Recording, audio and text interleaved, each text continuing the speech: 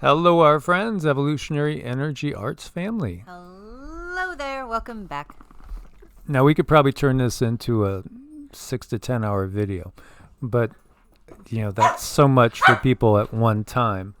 As Sassy's getting riled up there, she said, "No way, I'm not listening for 10 hours. No, she just can't handle it. She can't handle the truth. She can't handle the truth, and she can't handle the cold.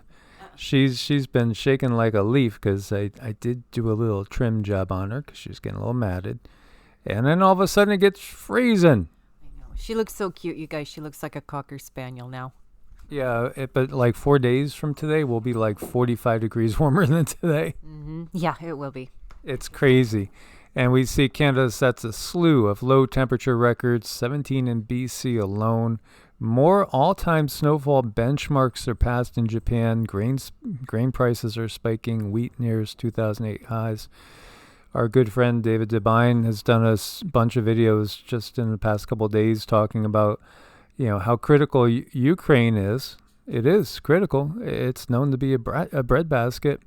And the area right by Ukraine, as far as on Russia's side, same thing.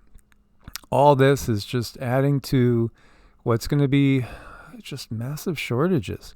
This is a train wreck. This is like a slow-moving train wreck that's picking up speed right now. It is, and it's like a magnetic train wreck. It's bringing in all kinds of other cataclysms with it. So you can see over here, if you look over here, you see that little dots over here, northern hemisphere snow mass increasing. The sunspots have been higher than predicted. But right now, things are kind of quiet. So, wonder what's going to come next. This is a fascinating time period that we're in. And, David, probably as much as anybody, has covered the Little Ice Age, the Maunder Minimum, the Dalton Minimum, all these different time periods in history where temperatures drop. And it's always after a period of global warming. Yeah, we go from global warming to Little Ice Age. It's kind of a natural cycle of things.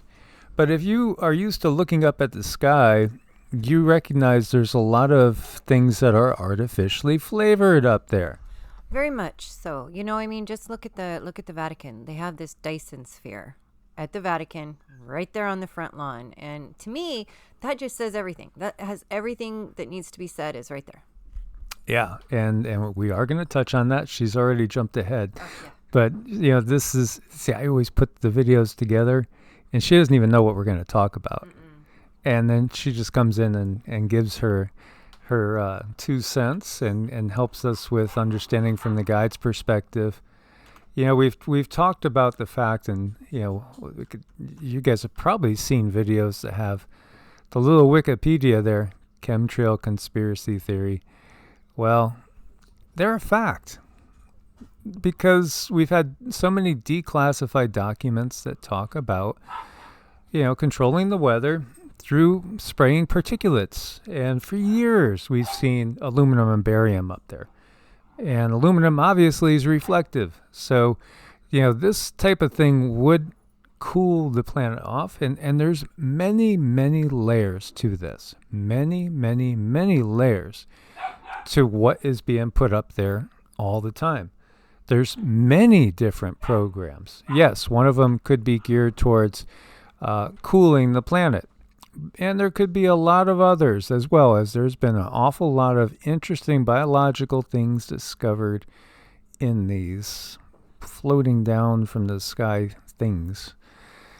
So, the Little Ice Age. The Little Ice Age was a period of regional cooling, particularly pronounced in the North Atlantic region, that occurred after the medieval warm period, as we're looking at that ebb and flow here. Now, this was a pretty brutal period. And it's interesting because, we have the Industrial Revolution in the middle of it. And we really kind of, our whole society changed during this timeline, really. It was a painful time. A very painful time. And in fact, there is like a new theory out there, or relatively new, called the general crisis. And it's a term used by some historians to describe an alleged period of widespread global conflict and instability that occurred from the early 17th century to the early 18th century in Europe. But really, it was around the world as a whole. This was a time when, again, there was a ton of volcanic activity, crop failures, famine, brutally cold weather. You have historical freezes. You have the Baltic Sea freezing over. You have the Thames freezing over. You have non-stop warfare, where for over 100-year period, literally just constant warfare. And as we know, there's always been wars. You could go back through the last 5,000 years and you're going to find wars going on in multiple places. It never stops. But in this period, it was particularly bad. And again, this type of situation leads to regime change, the falling of and collapsing of different civilizations. In this period of time, the population of China was halved. They lost half their population. I mean, that's huge. I think that's, for most people these days, that's inconceivable.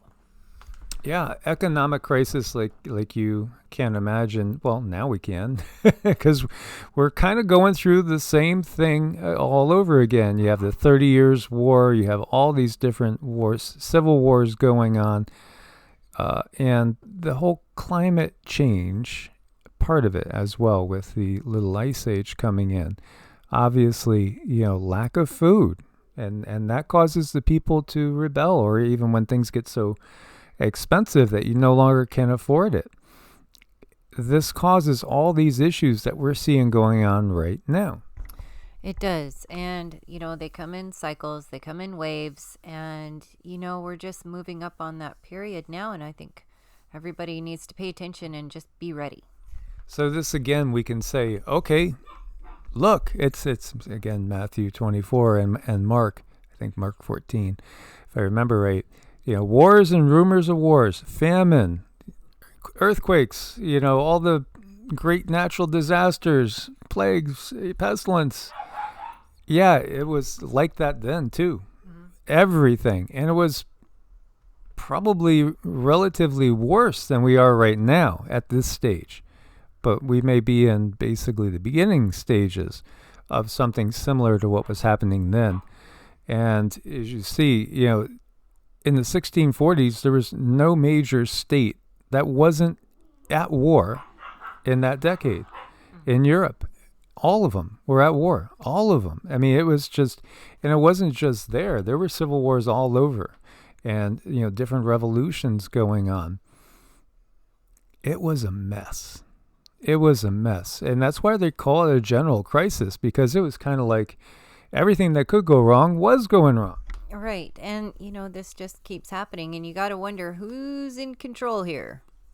Absolutely. And of course, we have, the Great Famine of 1315 to 1317, Black Death, and then tons of revolutions. Then actually, it's kind of counterintuitive, I should say, counterintuitive, that the European countries that did the best are actually the ones that were the farthest north, which is kind of weird. But, it was the case. But as we said, this spread all the way out to China. It was absolutely brutal time period to be alive in. And again, we look at those sunspots and we could see the sun went asleep. Took a nap. Low sunspot activity basically means it's going to get colder. And we are in that period now. And this period that we're in now is going to last quite a while. And our guides, again, just to reiterate who our guides are, there's a multitude of them. But we work with Laurel from the Pleiadian High Council and the Galactic Federation, as well as another contact, Kira, but Laurel usually comes through. And there's other guides like Mother Mary and Mary Magdalene, Yeshua, who most of the world knows as Jesus, And then we also have Aset, most of the world knows as Isis, Lakshmi, White Buffalo Calf Woman, Ananda Mai Ma, and Kuan Yin. So these are the ones that we regularly work with, but there's many others too that do come through from time to time. And so they have said that it's going to consistently get colder. You will have record highs still. You're going to still have extremes, but overall it's going to get colder and colder and colder.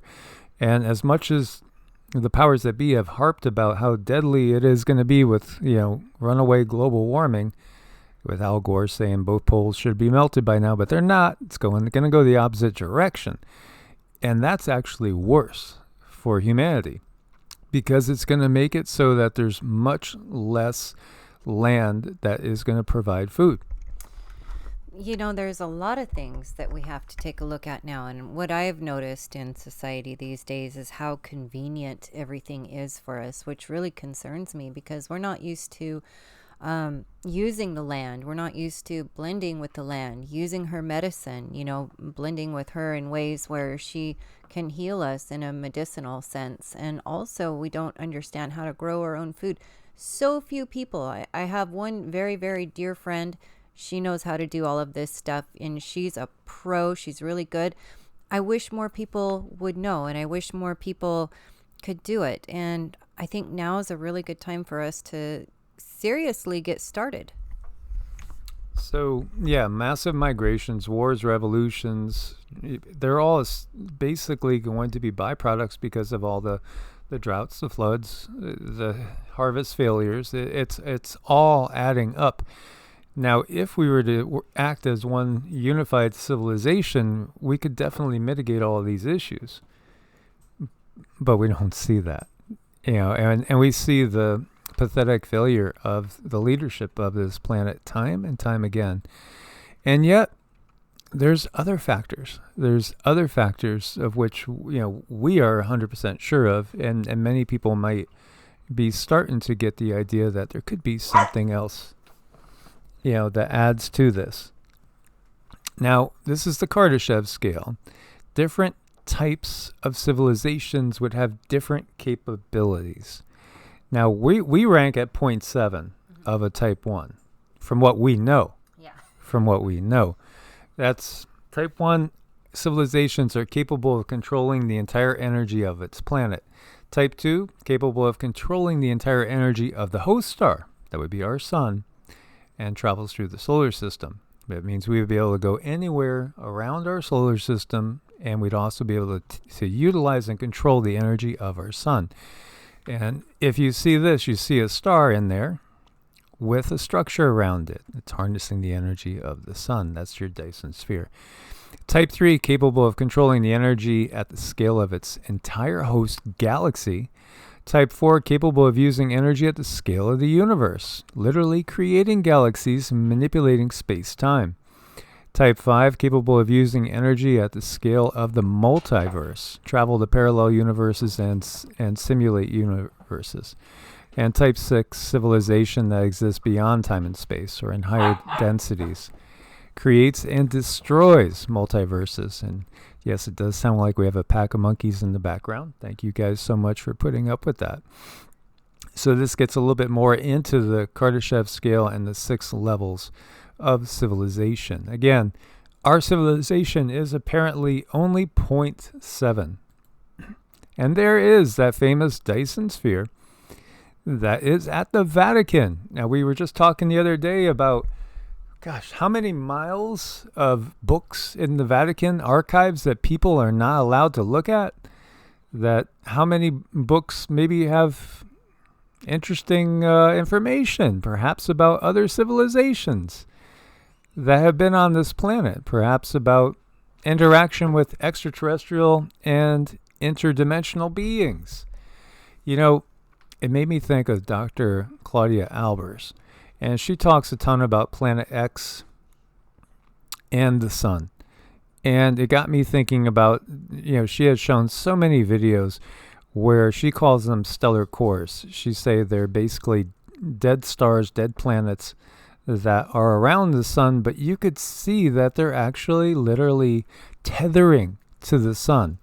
And many other people have taken photos that show different shapes, usually circular, orbs, whatever you want to call them. They're very, very large.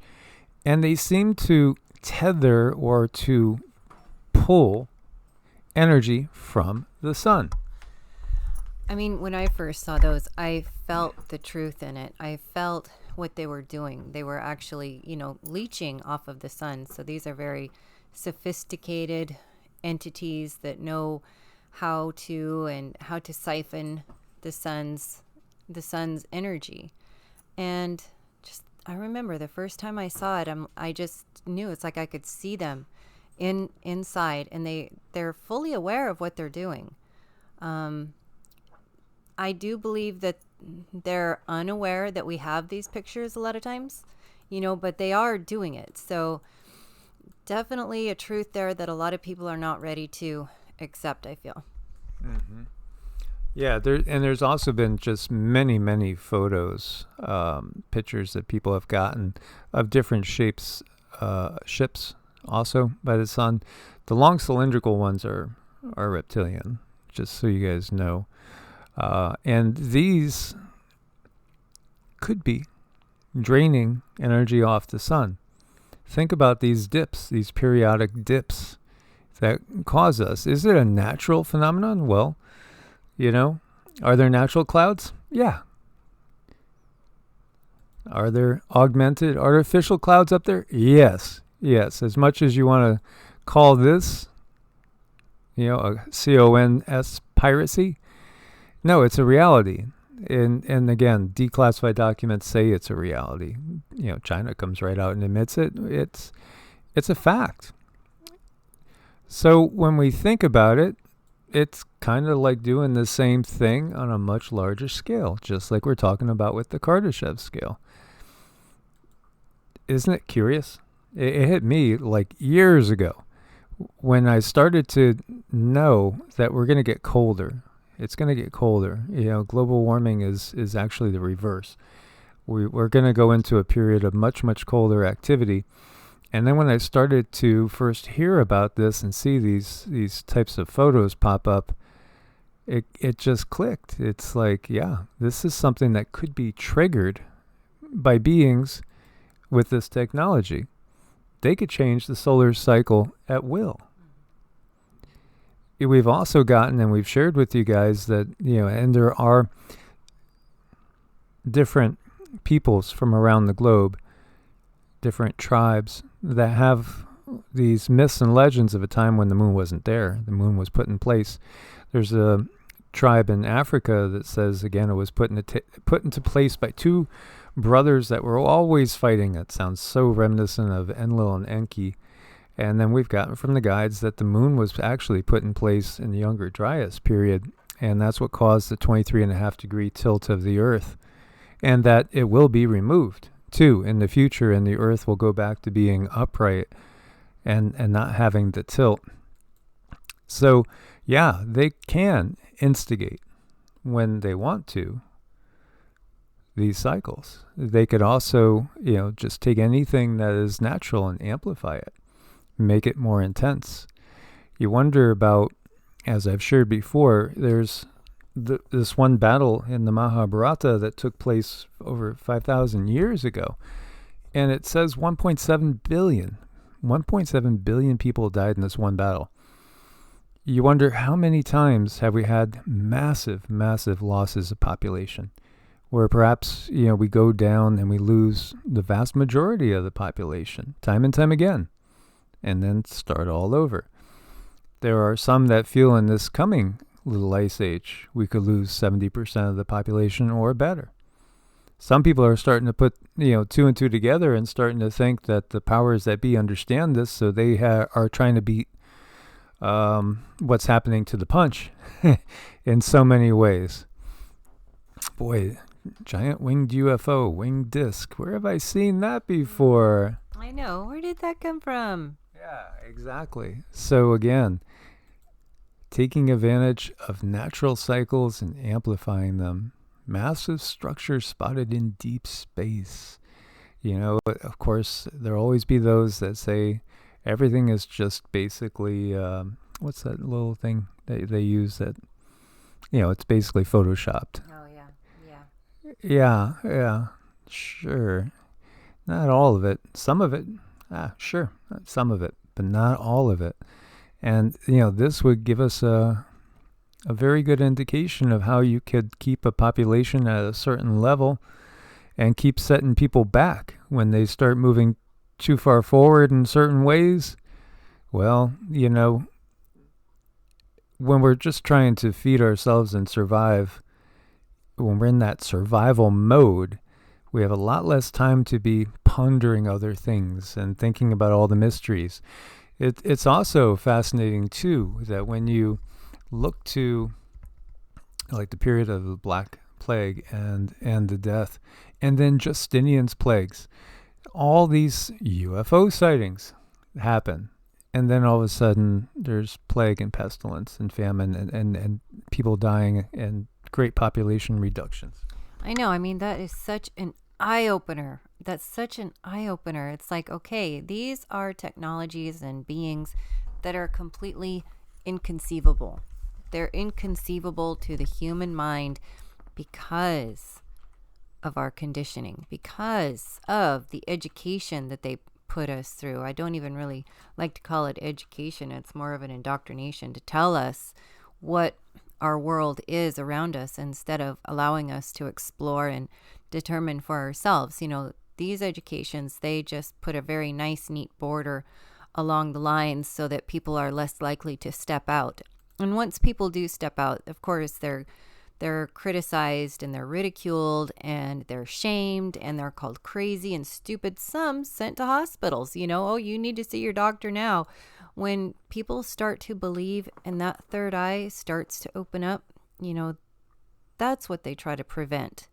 That's something that they need to prevent, because if we understood that these things are real, these overlords or these beings actually have control, I think it would be game over for them.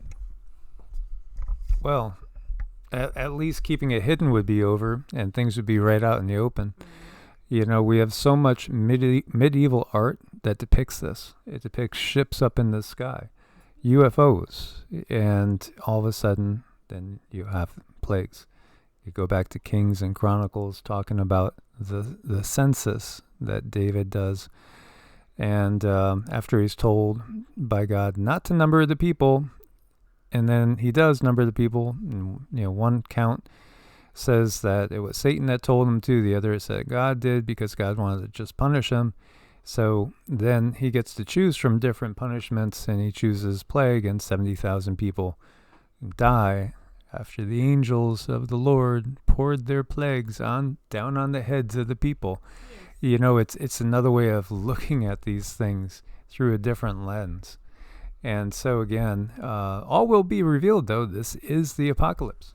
It is, which means we are going to find out some truths that are going to be, I think, very uncomfortable for a lot of people, but they're necessary.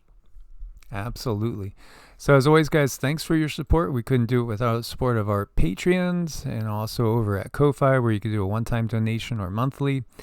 Thanks for checking out Medicinal Foods. Great products, great people. Use coupon code EEA. Get a discount. Does support the channel as well. And to reach us, it's evolutionaryenergyarts@gmail.com or EEARTS@protonmail.com. As always, God bless and namaste. Namaste.